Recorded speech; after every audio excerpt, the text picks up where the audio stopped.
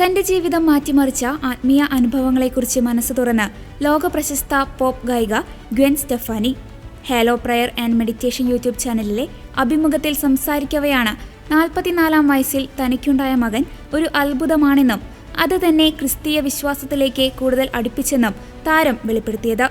തന്റെ 40കളിൽ മൂന്നാമതൊരു കുഞ്ഞിനു വേണ്ടി ഗ്വെൻ സ്റ്റെഫാനി ആഗ്രഹിച്ചിരുന്നു.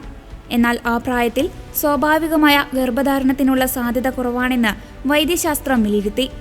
ഈ സമയത്ത് തന്റെ മൂത്ത മകൻ കിങ്സ്റ്റൺ തനിക്ക് ഇനിയും ഒരു അനിയനോ അനിയത്തിയോ വേണമെന്ന എല്ലാ ദിവസവും രാത്രി ദൈവത്തോട് പ്രാർത്ഥിക്കുമായിരുന്നു എന്ന് ഗ്വെൻ ഓർക്കുന്നു.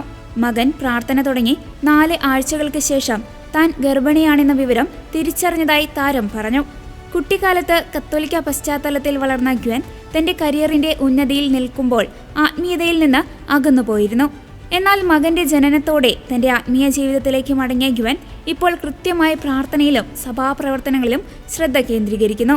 ഇന്റർനെറ്റിലൂടെ ക്രിസ്തീയ പ്രഭാഷണങ്ങൾ കേൾക്കുന്നത് തന്റെ ജീവിതത്തോടുള്ള കാഴ്ചപ്പാട് മാറ്റിയെന്ന് താരം പറയുന്നു. നിലവിൽ 56 വയസ്സുള്ള ഗ്വെൻ താൻ ഇപ്പോഴും വിശ്വാസത്തെക്കുറിച്ച് പഠിച്ചുകൊണ്ടിരിക്കുകയാണെന്ന് വെളിപ്പെടുത്തി. ഒരു നല്ല ക്രിസ്ത്യാനിയായി ജീവിക്കണമെന്നും ദൈവത്തോട് കൂടുതൽ അടുക്കണമെന്നുമാണ് തന്റെ ആഗ്രഹമെന്നും താരം വ്യക്തമാക്കി. നിലവിൽ ഹേലോ എന്ന പ്രാർത്ഥനാ ആപ്പുമായി സഹകരിച്ച് തന്റെ ആത്മീയ അനുഭവങ്ങൾ താരം പങ്കുവയ്ക്കുന്നുണ്ട്.